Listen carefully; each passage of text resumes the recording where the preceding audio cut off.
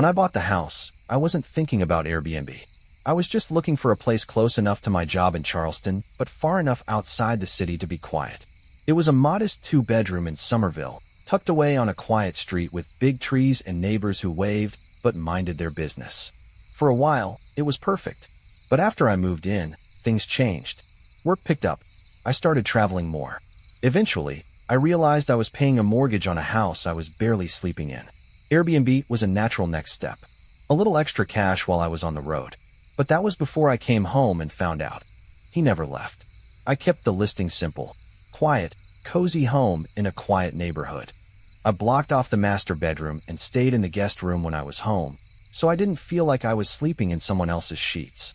I installed a keypad lock on the front door with changing codes for each guest and put a camera over the driveway and porch, not inside though. That always felt invasive. Most of the guests were normal. Business travelers, couples, retirees. I got 5-star reviews. People said the place was peaceful, private. And then came Jeremy. He booked 4 nights.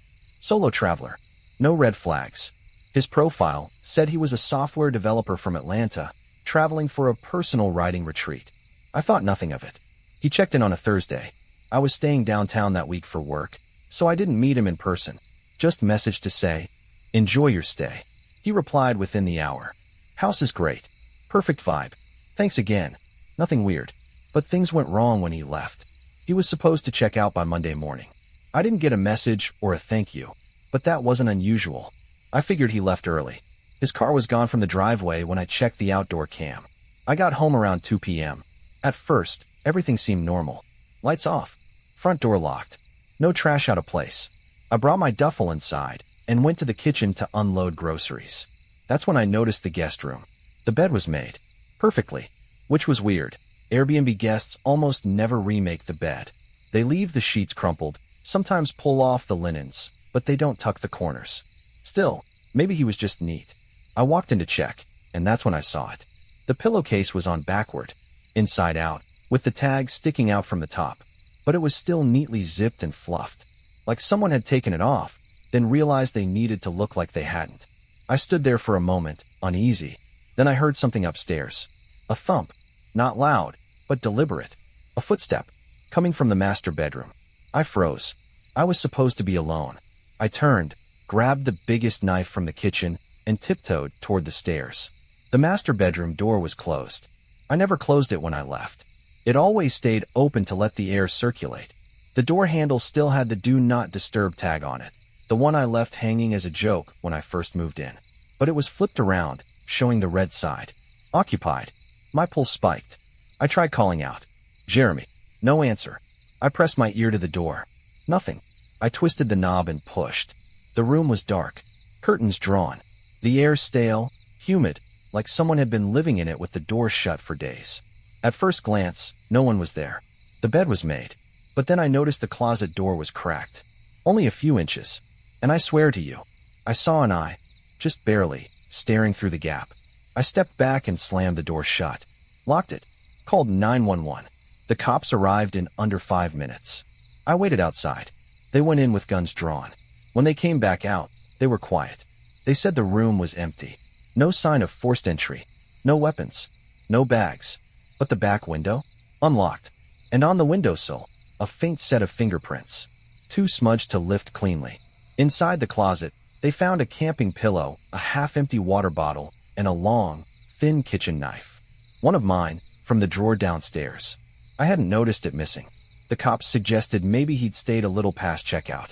Maybe he took a nap, got spooked, and snuck out the back. No crime, no harm done. But I knew better. There's no reason for a guest to sleep in the master bedroom, which I never advertised. And no reason to take a knife into a closet. Unless he was waiting. I pulled the camera footage. His car had left the driveway at 6 a.m. that morning. But he didn't take anything with him. No bags. No backpack. No laptop. Just walked out, got in, and drove away. I sent the footage to Airbnb. They reviewed it. Reached out to Jeremy's listed contact info. Everything came back invalid. The number wasn't registered. The email bounced. The profile was taken down. Just gone. Like he'd never existed. I changed the locks. Added more cameras. Started staying at the house full-time again. I stopped renting it out. But sometimes, late at night, I think I hear something upstairs. A soft creak. A floorboard shifting. I check every time. Nothing. But the fear lingers. Because I still don't know what his plan was. What would have happened if I came home an hour later? Or if I hadn't heard that sound? Or worse, if I had opened the closet? I think about it often. Too often. And sometimes, when I'm almost asleep, I swear I hear a whisper from upstairs. Just one word. Occupied.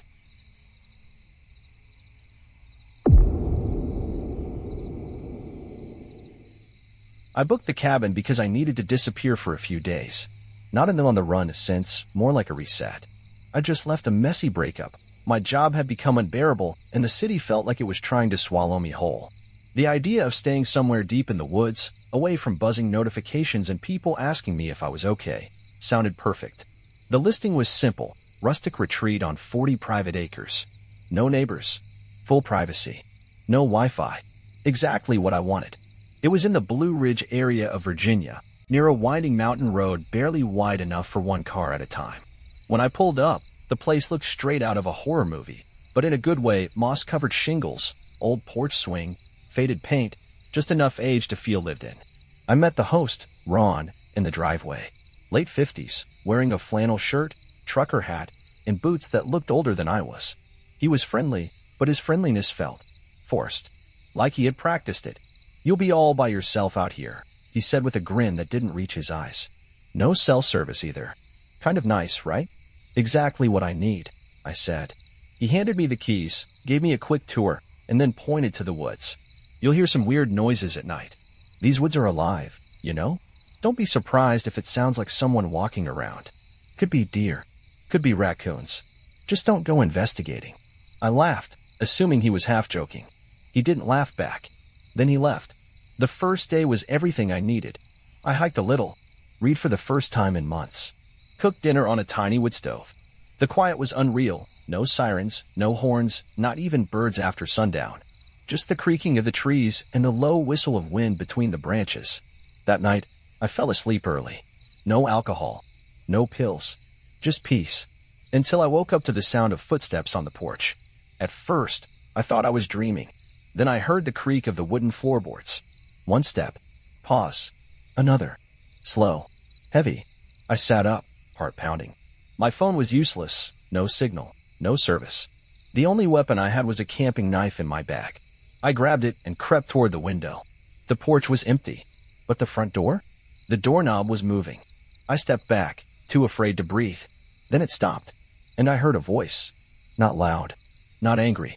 Just talking. Muffled, like someone muttering to themselves. I crept closer to the door and pressed my ear against the wood. I caught a single phrase. "He won't see it coming." I don't remember falling asleep. I think I sat in a chair with the knife in my hand until sunrise. When I stepped outside the next morning, there were footprints in the dirt, one set, large, with deep heel imprints. They led from the edge of the woods to the porch, and then around the side of the cabin. I followed them.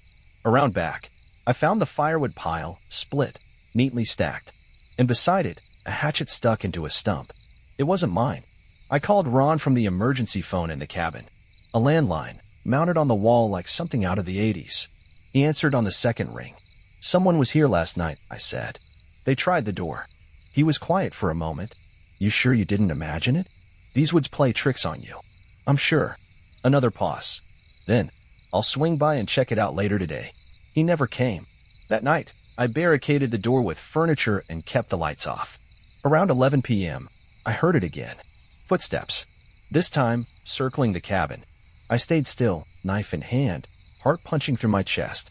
Then a tap at the window. Soft. Then again. I turned slowly and saw the shape of a man outside. Just the outline. No features. He was too close to the glass. Too still. He stayed there for maybe 10 seconds. Then walked away. In the morning, I found boot prints beneath the window. And another one of my tools, my camping saw, missing from the shed. I was done. I packed before the sun set and started the truck. The tires spun. Stuck. I checked. Every tire had been slashed. All 4. Not cut deep. Just enough to deflate them. Whoever had been coming at night hadn't been playing. I picked up the landline to call Ron again. No dial tone. It had been disconnected. I stayed inside all day. By nightfall, I was panicking. I locked every door and window, turned off all the lights, and waited. I expected the footsteps. I expected the tapping. But instead, I heard something different. The door opening. I grabbed the knife and crouched behind the couch. The floorboards creaked. And then I heard a familiar voice. "Ron, you're sure he's alone?" he said, speaking to someone I couldn't see. A second voice replied, quieter, unfamiliar. "I've been watching since he checked in." They walked into the kitchen. "He's not stupid," Ron said. "He'll fight." The second man laughed. "That's the point." I held my breath, waited, counted their steps. Then I ran. Out the back. Into the woods. No flashlight. No phone. Just instinct. I ran until my lungs burned. Until the dark was so thick I couldn't see my hands. I hid in a hollow under a fallen tree and didn't move all night.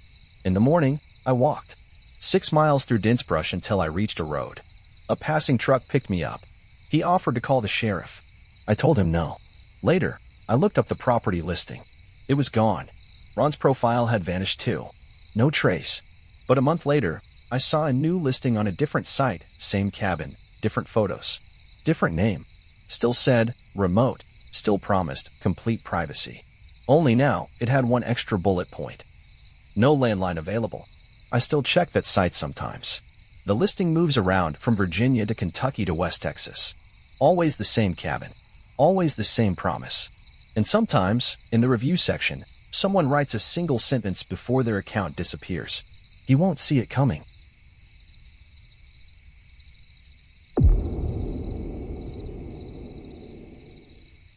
We just wanted a weekend away from the noise. That was it. Me, Jenna, Cal, and Mason, 4 friends who'd known each other since college, now all pushing 30 and pretending we weren't slowly becoming strangers. Someone found the listing online. Off-grid retreat in the Texas Hill Country. Rustic charm. No neighbors for miles. It had a fire pit, stars overhead, and a weird little shed in the back that the host said, "Please don't open." We booked it the same day. You know how horror stories always start with, "It sounded too good to be true"? Yeah, this one's no different. The cabin sat near a dry creek bed about 2 hours outside Austin. The land around it rolled gently, dotted with cedar and scrub oak. There was no cell signal once we passed a rusted cattle gate and followed a gravel road for half a mile. The place was just as advertised, wooden walls, tin roof, rocking chairs out front. In the shed. It was maybe 30 feet behind the cabin. Small, old, windowless. The kind of structure people used to hang meat or store things they didn't want found. It leaned slightly, like it had survived a storm the house didn't remember. I wouldn't have thought much of it until we read the note on the fridge. Do not attempt to open the shed. Do not go near it after dark. Do not stare into the woods at night. That was it. No welcome. No Wi-Fi password. Just that, and faded Sharpie, stuck to the fridge with a magnet shaped like a cow. Cal thought it was part of the vibe. Creepy rustic. It's a theme. Jenna rolled her eyes. It's a lawsuit waiting to happen. Mason said nothing, but he kept glancing out the back window toward the shed. That first day was great. We grilled, drank too much, played cards. It felt like being 20 again. For a few hours, it worked. No phones buzzing, no partners texting, no responsibilities. Just beer and banter and old memories. At dusk, Mason was outside when he called for us. "Guys, something's moving out there." We joined him on the porch. He pointed toward the tree line, about 100 yards away. The sun had just dipped behind the hills, leaving the sky bruised purple and gold. I squinted. At first, I saw nothing. Then it moved. A shape. Upright. Just past the last cedar tree. Not walking. Shifting. Like it was weaving between visibility and shadow. Jenna let out a nervous laugh. Probably a deer on 2 legs. But she didn't sound sure. We watched for another 10 minutes. It didn't move closer. Just stood there. And when we finally went inside, I looked back once more. It was still there. That night, I had trouble sleeping. Not fear, just a creeping unease, like the air was too thick. Around 3 a.m., I got up to pee. The bathroom window faced the shed. As I was washing my hands, I noticed something odd. The door to the shed was ajar. Just a few inches. Enough to show that it wasn't locked. I stared at it for a long time. Then something inside the shed moved. I shut the light off and stood there in the dark, watching. No sound. No footsteps. Just a flash of light, brief and bright, like a camera flash coming from within the shed. Then silence. I backed away slowly. The next morning, I asked everyone if they'd seen anything weird. Cal was hungover. Jenna was annoyed. Mason didn't answer. When I pressed him, he said something I still think about. I dreamt someone was watching me through the walls. Not from outside. Through them. Like the walls weren't there. That evening, we stayed inside. Board games, more drinks. Every now and then, I'd glance out the back window. The shed door was still cracked. Mason kept checking over his shoulder. Eventually, he said he was going to bed early. Jenna followed soon after. Around midnight, I woke to someone walking around inside the cabin. Bare footsteps. Slow. Deliberate. I peeked out of the room. Mason stood in front of the back door. Still, facing the shed. He opened the door and walked out without a word. I followed. He walked right up to the shed and stopped. Didn't touch the door. Just stood there, staring. Then I heard him whisper, "I can hear it." I stepped closer. Mason. He turned around and his eyes were wide open. But his pupils were huge. Too large. Swallowing the whites. "It's almost time," he said. Then he walked back inside and went straight to bed. The next morning, he was gone. His bed untouched. No boots. No note. Just a handprint on the inside of the shed door. 5 long fingers. And blood. We packed up. Cal wanted to go look for him, but Jenna and I convinced him not to. We'd call the police once we got signal. Just get to the truck. Just get away. The gravel road was rougher than we remembered. Branches had fallen across parts of it. Something had clawed the back bumper for deep, jagged lines like from a massive hand. Jenna sat beside me, shaking. "I swear to God, I saw someone in the woods last night," she whispered. "Someone." She shook her head. "No. Something." We reached the nearest sheriff's station after an hour. They were polite. Concerned, even. But when we told them where we'd been, something changed. The older deputy, gray mustache, quiet eyes, asked us to step into a private room. "That place," he said, "should have been taken off the books years ago." "What do you mean?" I asked. "It's not on our registry anymore. Was never supposed to be listed. The last owner left something behind." "Like what?" He looked at me, dead serious. "Don't go back. Mason was never found. No footprints. No scent for the dogs. Just gone." His phone pinged one more time, back near the cabin. Then nothing. Jenna and I kept in touch for a while, but she eventually stopped replying. Cal moved to Oregon. I moved back to the city. Sometimes I dream of the cabin, of the shed door, swinging open slowly, and someone standing inside it, waiting. And when I wake up, there's always a faint smell in the room, like cedar and rust, like something that followed me home.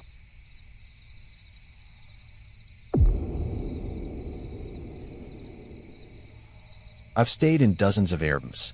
Work travel, last-minute trips, weekends to unplug. Cheap houses beat overpriced hotels, and I never had a single issue. Until this one. It was supposed to be a 3-night escape in rural New Mexico. A cabin advertised as clean, remote, and peaceful, with stunning desert views and total privacy. No neighbors. No noise. Just me, my camera, and the desert skies. I booked it on impulse, needing a break from my usual routine. I brought a couple books, my drone, and a notebook I kept saying I'd use for writing. The host's name was Erin, and she had perfect reviews. The message she sent me after booking was short. "The keypad code is 7773. Please make yourself at home. I won't be nearby, but feel free to message me anytime." I should have paid attention to that last part. The drive took me down long stretches of empty highway, then onto a dusty road marked only by a rusted cattle gate and a crooked wooden sign that just said private. By the time I arrived, the sun was low and red in the sky, spilling fire across the sand. The cabin itself was beautiful. Minimalist design. Wide glass windows. Open floor plan. A porch that overlooked a rocky mesa and, far beyond, what looked like an abandoned gas station off in the distance. Inside was spotless.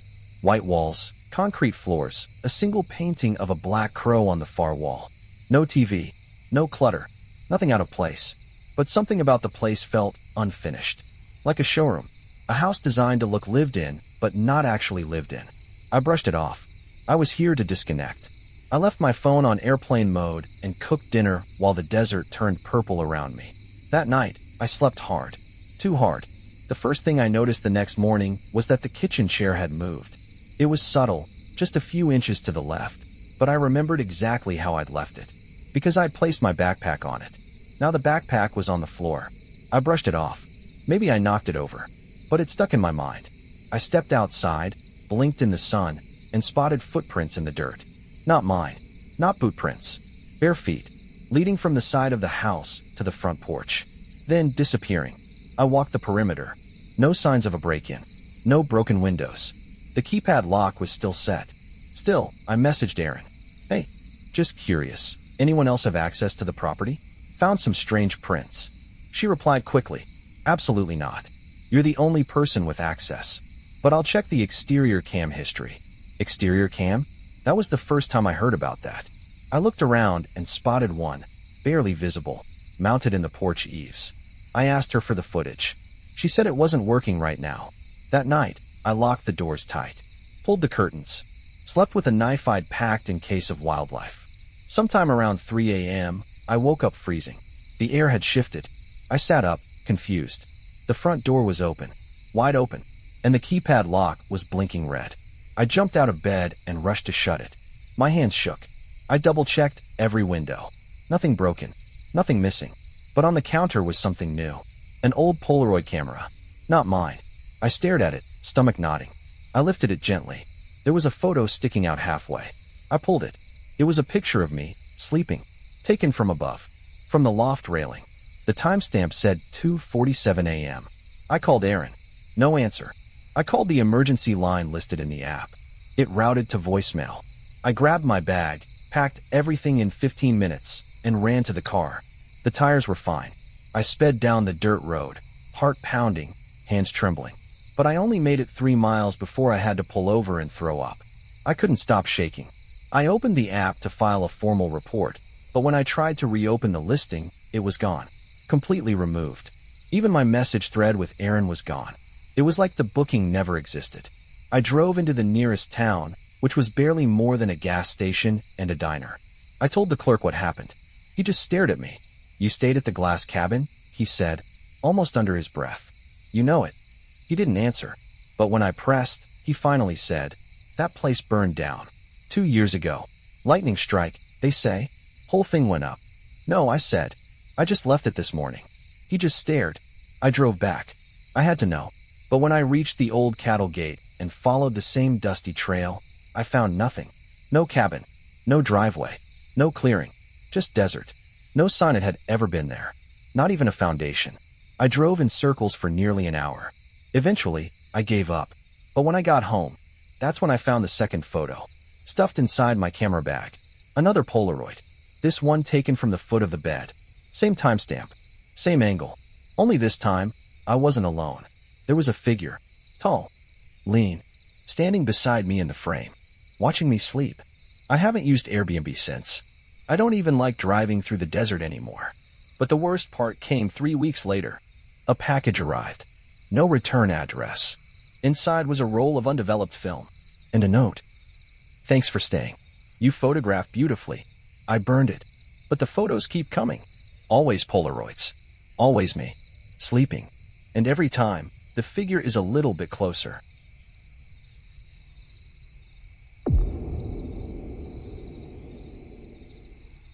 I booked the house because it looked safe. That's all I was really after. I'd just gotten out of a long-term relationship and needed a weekend to clear my head, right? And sit in a place where no one knew me. It was a charming little Victorian in a small Oregon town called Fairbridge, population, barely 1,000. The listing called it the Bluebird House, private, cozy, and quiet, with a rich historic past and unbeatable charm. It was only $89 a night, and the pictures looked perfect. Vintage wallpaper, wide windows, an upstairs writing nook. I booked it for a Friday through Sunday with plans to stay inside most of the weekend and not speak to a single soul. But the house had other plans. The host's name was Sandra, and she was one of those hosts who writes too much. Her welcome message was over 4 paragraphs long, with things like, please do not rearrange the antique dolls in the upstairs hallway. Many are fragile and quite old. And, you may hear footsteps at night. Don't worry, it's just the house settling. But what caught my attention most was this line. You may see someone standing in the garden. That's just Henry. He's not part of the property, but he's harmless. Henry? I thought it was a weird joke. Some hosts add quirky humor to their listings. I didn't think twice. I should have. I arrived late Friday evening. The house looked exactly like the photos, maybe even better. Faded robin's egg blue with a porch swing, overgrown roses, and a view of the woods beyond the back garden. There was a noticeable stillness in the air. Not creepy, just still. Like the whole block was holding its breath. Inside, everything was vintage: brass doorknobs, creaky floorboards, lace curtains, and the aforementioned dolls lining the hallway wall like tiny judges. I unpacked, opened a bottle of wine, and settled into the writing nook upstairs. It was peaceful, until I looked out the window and saw someone standing in the garden. He was tall, thin, wearing a brown coat and a wide-brimmed hat that cast his face in shadow, just standing perfectly still among the roses, facing the house. I squinted. He didn't move. I took a photo with my phone through the glass and zoomed in. Still didn't move. And then I remembered the line from Sandra's message. That's just Henry. I went back to her message and reread it. He's not part of the property, but he's harmless. What the hell does that mean? I stared out the window for another full minute. He was gone. That night, I couldn't sleep. Every creak in the house felt off rhythm, like someone else was walking through a different version of the house a half-second out of sync. At some point, I heard what I thought was breathing from the hallway. Not the normal house settling. Not the wind. Breathing. Heavy. Slow. When I worked up the nerve to check, the hallway was empty, but one of the dolls had fallen over. The next morning, I messaged Sandra. Hey, just wondering, can you tell me more about Henry? Was that a joke or... No reply. I explored the garden in the daylight. No footprints, no signs of anyone being there. But I did find something strange, a photograph, half buried near the back fence. It was black and white, old, curled with age. A group of children, maybe 10 years old, standing in front of what looked like this very house. One of them had been scribbled out. Not scratched, blacked out, like someone had used a marker and gone over the face again and again. On the back, in faded pencil, it said, "Don't let him in." That night, things escalated. It started with the lights flickering. Then I heard footsteps downstairs. I froze. Listened. They were slow, deliberate. I grabbed my phone, turned on the flashlight, and crept to the top of the stairs. The kitchen light was on. I had turned everything off. Then I heard the front door creak open. I ran downstairs. No one was there, but the door was unlocked, and muddy footprints led from the threshold into the living room and stopped at the base of the stairs. They were barefoot. I locked the door, bolted it, checked the windows. Then I noticed something else. A doll was missing from the hallway shelf. In its place was a note, handwritten in red crayon. Henry said you were lonely. I tried to leave the next morning. Packed everything by 6 a.m. But when I opened the front door, the car was gone. I called the police. No signal. I walked to the edge of the street, hoping to find help. But the road was missing. The block ended in trees. Where the road had been the day before, there was just forest. Like the whole neighborhood had folded in on itself. I went back inside, panicked. On the kitchen table, my phone was lying face down. I hadn't left it there. When I picked it up, the screen was lit with a photo I hadn't taken. Me, asleep in bed. Timestamp 3:12 a.m. I checked the rest of my camera roll. There were more. 10, 12, maybe more photos of me sleeping. Sitting at the writing desk. Standing at the window. All taken from inside the house. One was taken from behind me. And in the corner of the frame, barely visible in the mirror. One of the dolls was holding a phone. That night, I didn't sleep. I waited. Sat in the hallway with the lights off, knife in my lap. At 2:49 a.m., the bedroom door creaked open, and Henry walked in. Tall, thin, wearing the hat. Only this time, I saw his face. He didn't have one. Just smooth, gray skin where features should have been.